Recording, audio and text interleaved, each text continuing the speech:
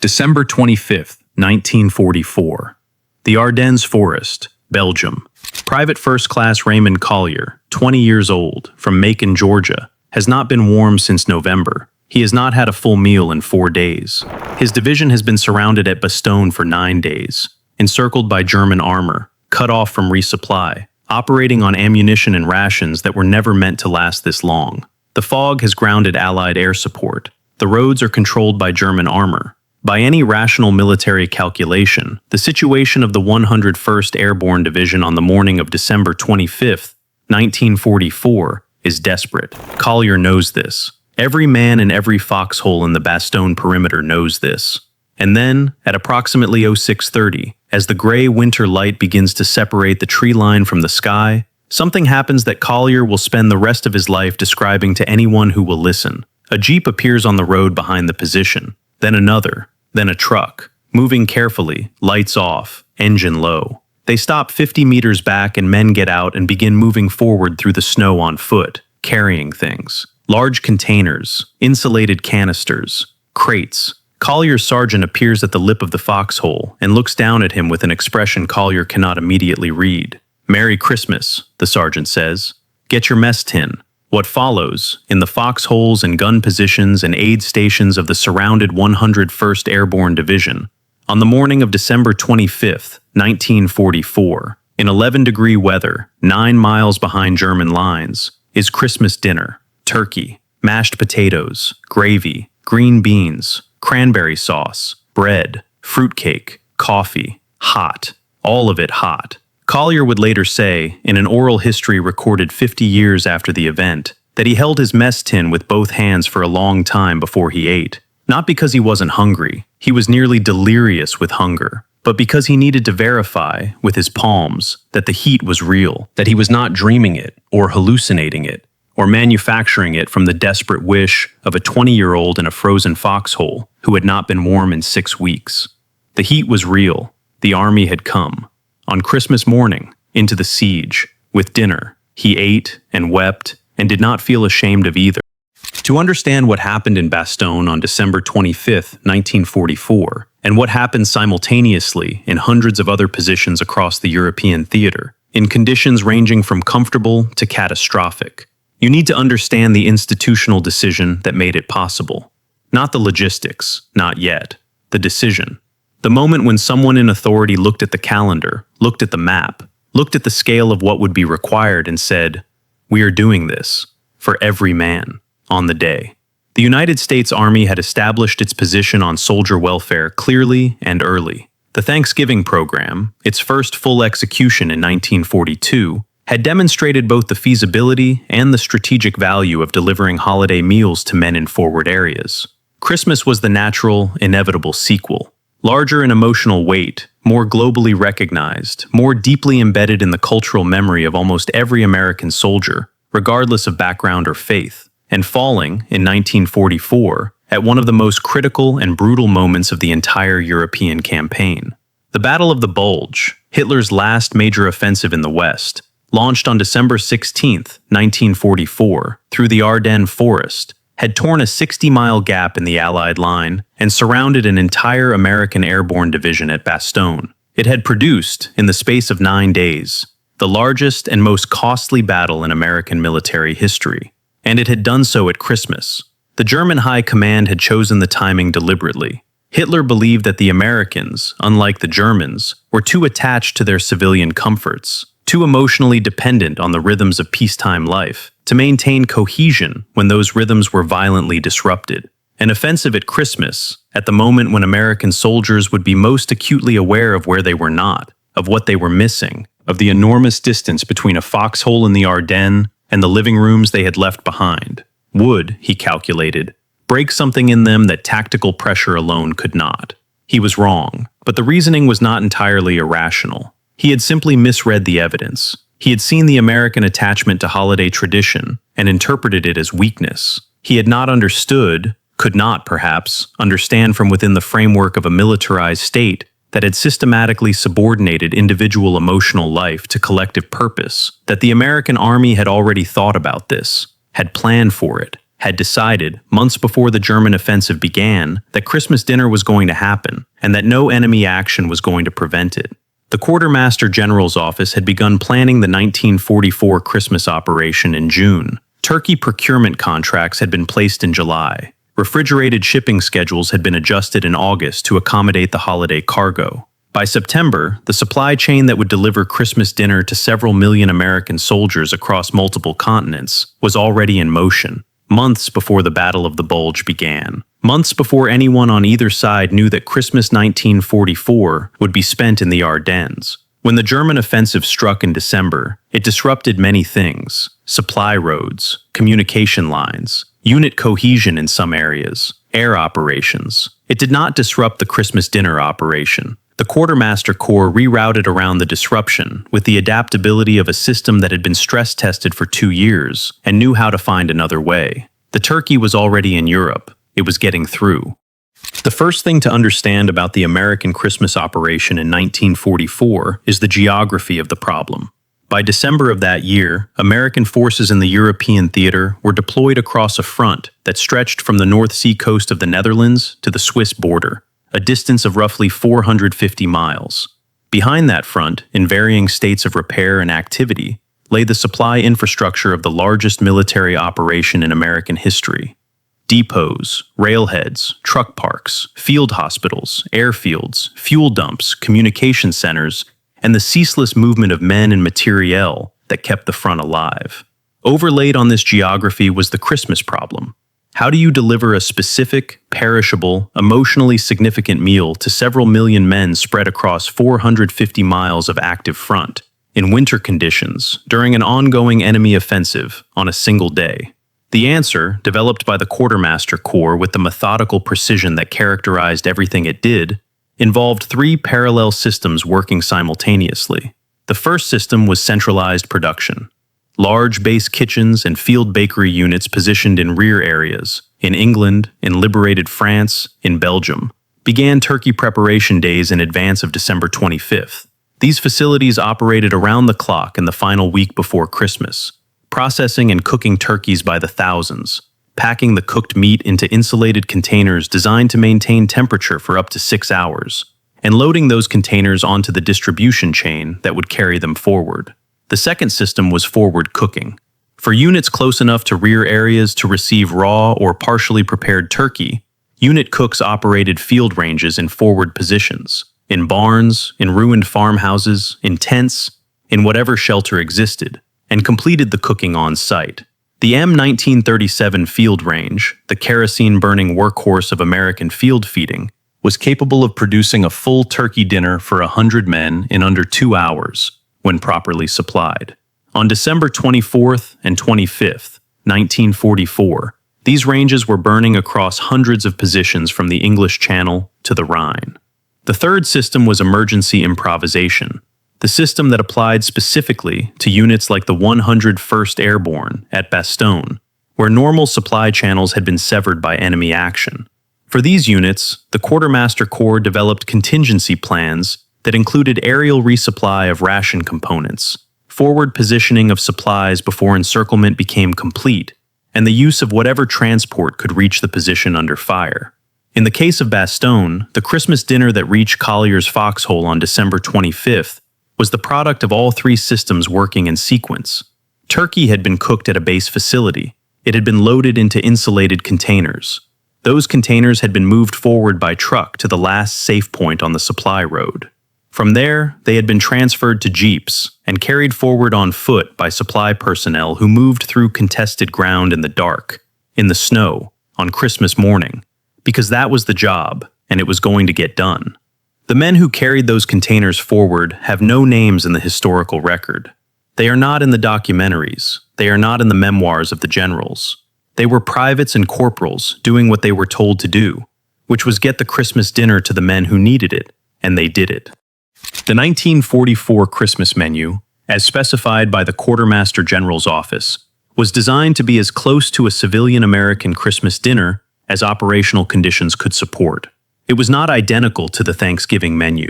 Christmas had its own specific emotional architecture, and the Army understood this distinction with a precision that speaks well of whoever was responsible for the planning. Roast turkey, the centerpiece, non-negotiable, fresh where possible, frozen where not, processed in cans as an absolute last resort. The Army's position on the turkey was clear. If there was any way to get a real roasted turkey to a man on December 25th, that way was going to be found. Mashed potatoes with gravy. The gravy was critical. It was the element that transformed a collection of components into a meal, that provided the sensory continuity between the plate and the memory. Bread stuffing, or dressing, prepared at unit level by cooks who had received specific instructions, and, in many cases, specific seasoning packets issued as part of the Christmas ration. Cranberry sauce, canned, identical to the Thanksgiving issue, carried across the Atlantic in the holds of Liberty ships and delivered to foxholes in Belgium, because the Army had decided that cranberry sauce was part of what Christmas was. Sweet potatoes, or candied yams, green beans or peas, Christmas fruitcake, not the punchline of a civilian joke, but a dense, calorie-rich, shelf-stable confection that had been produced by American commercial bakeries under military contract, packaged in sealed tins, and shipped overseas months earlier. It tasted like Christmas. For men who had not tasted Christmas in a year or more, this was enough. Hard candy, cigarettes, and small gifts. The Quartermaster Corps, in coordination with the Red Cross and various civilian organizations, had arranged for each soldier to receive a small package of non-food items alongside the Christmas meal. Candy, cigarettes, occasionally a small toiletry item or a paperback book. These packages had been assembled by volunteers in the United States and shipped overseas in the autumn. By December 25th, they were in the hands of men who opened them in foxholes and barns and hospital wards, and read the handwritten notes from strangers that said, in various ways, "We know you are there. We have not forgotten you. Merry Christmas. Coffee. Always coffee. Hot. Real. Always there." The total caloric content of the Christmas dinner, when fully served, was approximately 5,500 calories, significantly above the standard daily combat ration, and designed specifically to compensate for the additional energy expenditure of operating in winter conditions. The Army's nutritionists had calculated that a soldier in the Ardennes in December was burning calories at a rate that exceeded standard combat estimates by roughly 15%, due to the additional energy cost of maintaining core body temperature in sub-zero conditions. The Christmas dinner was designed to address this deficit, while simultaneously addressing the emotional deficit of being at war on December 25th. It was, in the most precise sense, therapeutic nutrition. Food designed not just to fuel the body, but to repair the spirit. To fully appreciate what the American Army accomplished on December 25th, 1944, it is necessary to understand what was happening on the German side of the wire on the same morning. The Wehrmacht's Christmas tradition, the Weihnachtsfeier, had been a genuine and important institution in the early years of the war. In 1939, in 1940, and to a significant extent in 1941, German military commanders had made serious efforts to provide their men with holiday meals, special rations, and whatever domestic comforts the supply situation permitted. Christmas packages from home, Weihnachtspakete, had been a major feature of the German home front effort, with civilian organizations coordinating the collection and shipment of food, tobacco, and personal items to men at the front. By 1944, this system had largely collapsed. The collapse was not for want of sentiment. German officers and soldiers cared about Christmas as deeply as their American counterparts.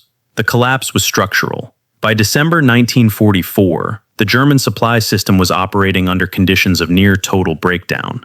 Allied air power had destroyed an estimated 60% of the Reich's rail capacity. The fuel crisis, the consequence of Allied bombing of synthetic oil facilities, had reduced German vehicle movements to a fraction of what the campaign required. Food production in Germany itself was declining as the agricultural labor force shrank and fertilizer became unavailable. The men of the German units that launched the Ardennes offensive on December 16, 1944, were promised by their commanders that they would resupply themselves from captured American depots. This was not a cynical calculation.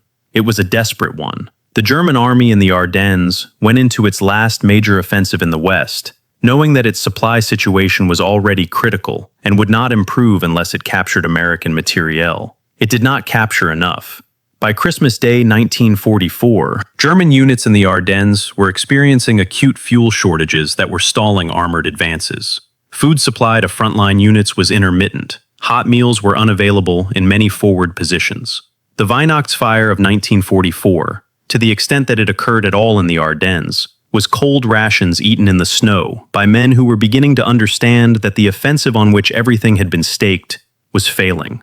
On the German side of the wire on December 25, 1944, cold rations, failing fuel, a stalled offensive, and the knowledge that the surrounded Americans at Bastogne had just refused, through their commander Brigadier General Anthony McAuliffe, to surrender. His famous one-word reply to the German demand, nuts, having been delivered 2 days earlier. On the American side, Christmas dinner, hot, for everyone. The contrast was not subtle. The male figures deserve particular attention because the Christmas operation was not only a food operation, it was a communications operation, the largest coordinated military mail movement in American history. The U.S. Army Postal Service, working in conjunction with the civilian postal system and the Red Cross, had spent the autumn of 1944 moving tens of millions of letters, packages, and Christmas cards from the United States to service members across the globe. The scale of this operation is difficult to fully comprehend.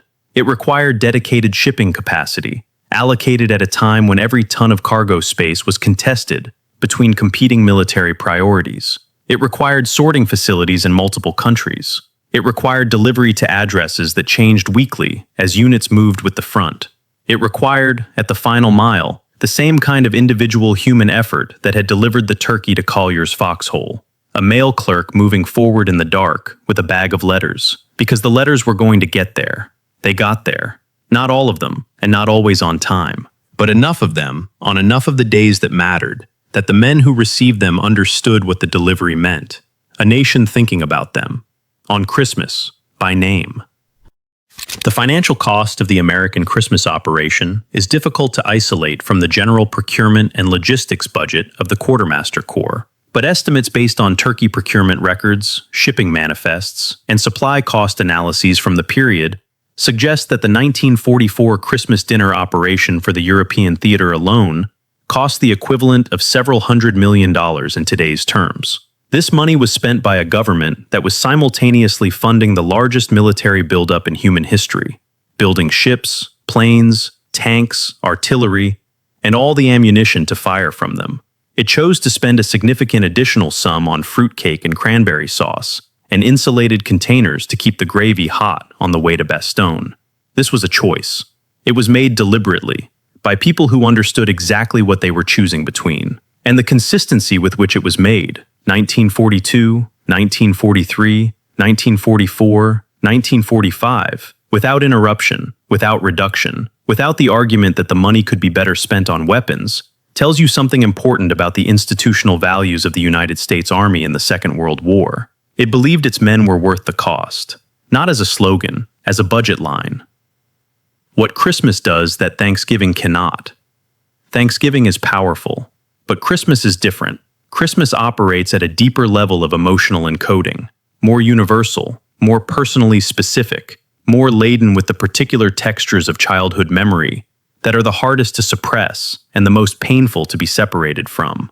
The smell of a Christmas meal, the turkey, the stuffing, the sweetness of candied yams, the particular bitterness of fruitcake, does not simply recall a holiday. It recalls a specific age, a specific house, a specific version of the world in which war did not exist.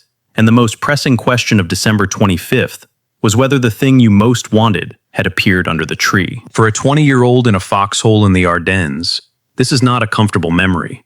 It is an almost unbearably sharp one.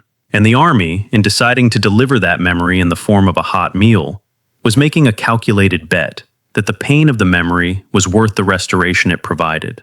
That the brief, acute grief of remembering home was less damaging than the slow, cumulative erosion of a man who has stopped remembering it at all. Military psychologists who worked with combat units during and after the war consistently confirmed this bet.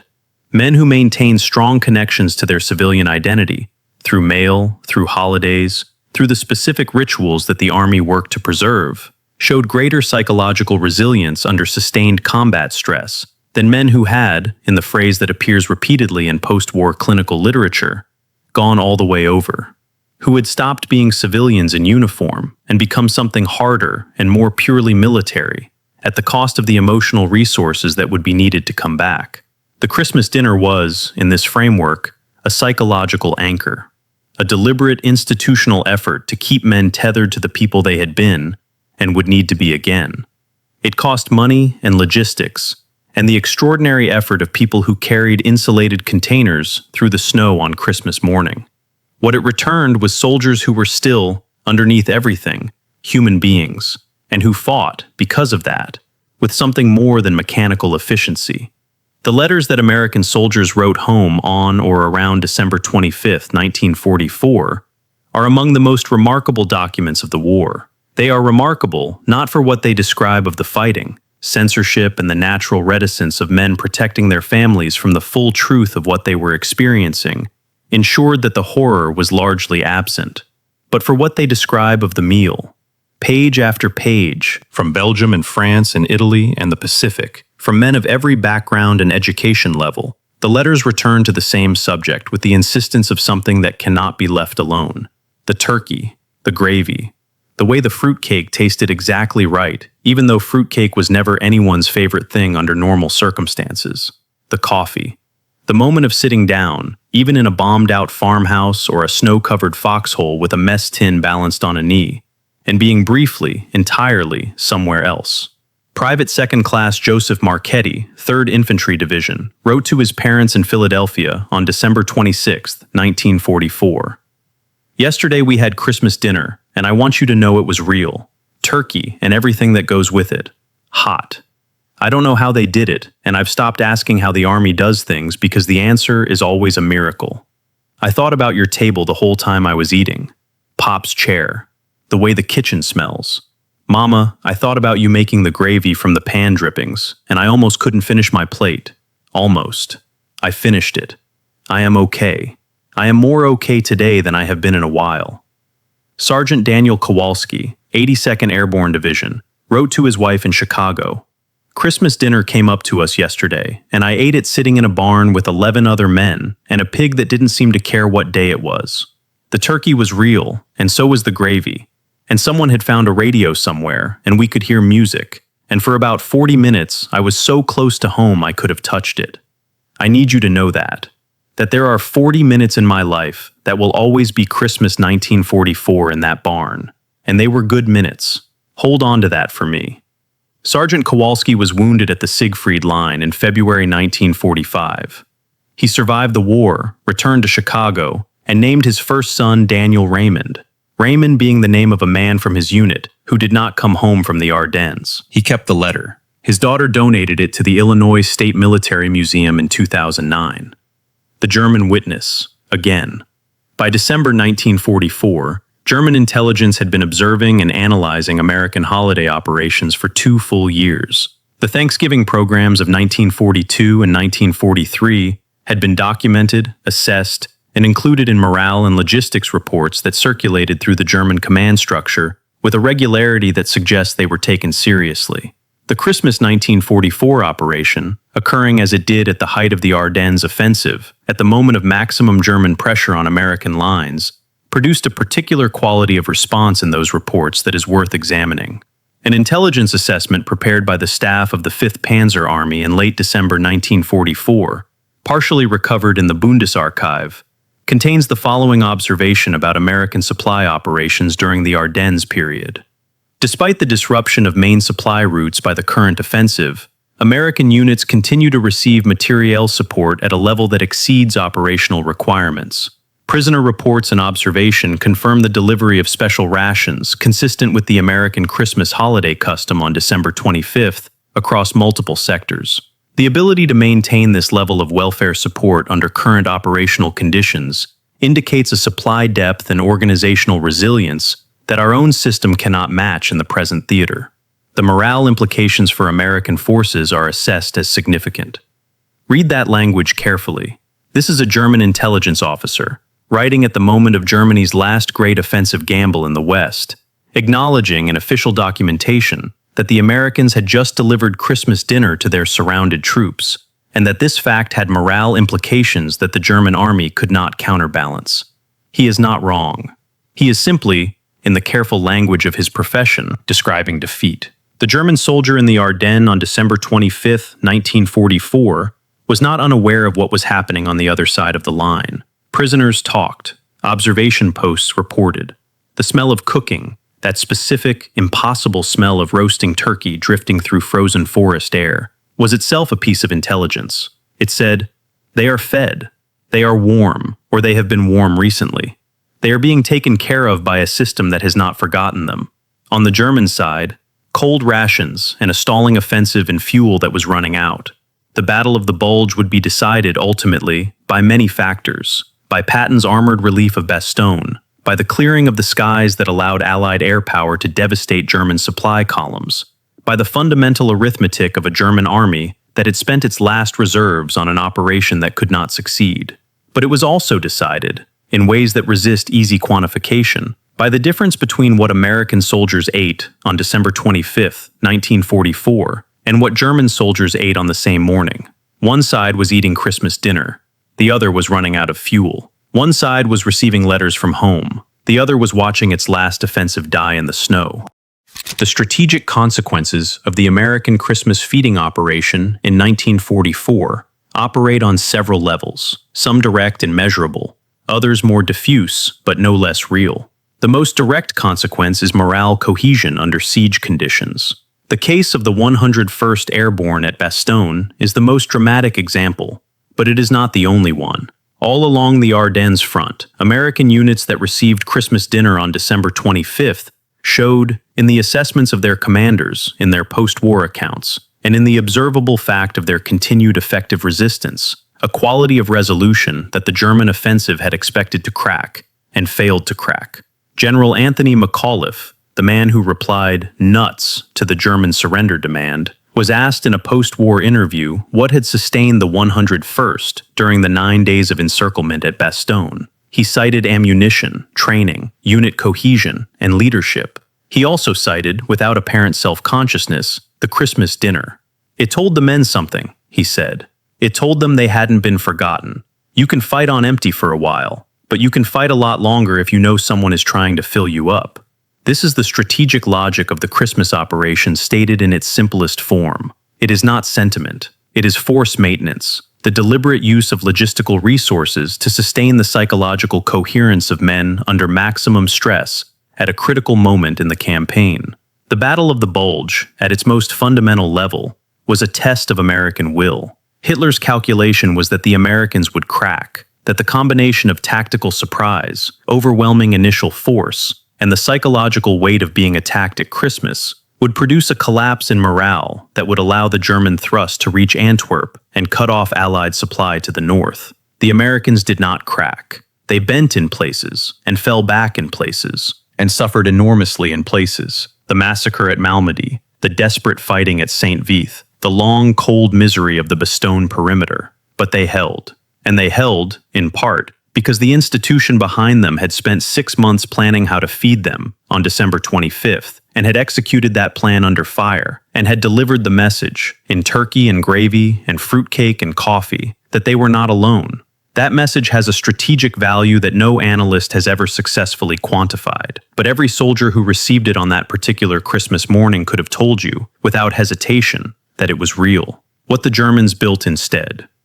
The German army's failure to maintain its Christmas welfare operation by 1944 was not simply a logistical failure. It was a symptom of a deeper institutional collapse, the collapse of a system that had always prioritized operational capacity over individual welfare, and that had finally run out of the operational capacity that justified the sacrifice of individual welfare. German soldiers in the Ardennes in December 1944 were not simply cold and underfed. They were operating in a system that had stopped pretending it could take care of them. The Weihnachtspakete from home were not arriving. The hot meals were not getting through. The fuel was not there. The reinforcements were not coming. This is a different kind of morale problem from the one the American Army was managing. The American Army's morale challenge was the challenge of keeping men human while demanding inhuman things of them. The German Army's morale challenge, by December 1944, was the challenge of keeping men fighting for a system that had demonstrably failed them. These are not equivalent problems. They do not have equivalent solutions, and the army that had planned for its soldiers' Christmas dinner 6 months in advance was not going to be beaten by the army that had spent those same 6 months running out of fuel. The morning after Christmas, December 26th, 1944. The snow is still falling in the Ardennes. Private First Class Raymond Collier is back in his foxhole. The mess tin is cleaned and stowed. The insulated containers have been carried back by the same men who brought them forward in the dark. The turkey is gone, the gravy is gone, the fruitcake is gone. The front is where it was yesterday, and the Germans are still there, and the war is not over.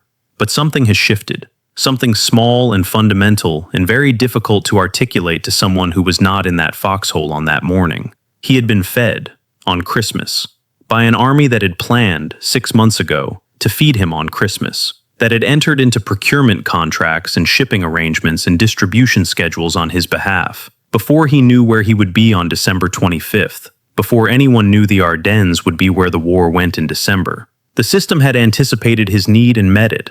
Not adequately, generously. That is what he carries back into the foxhole on December 26th.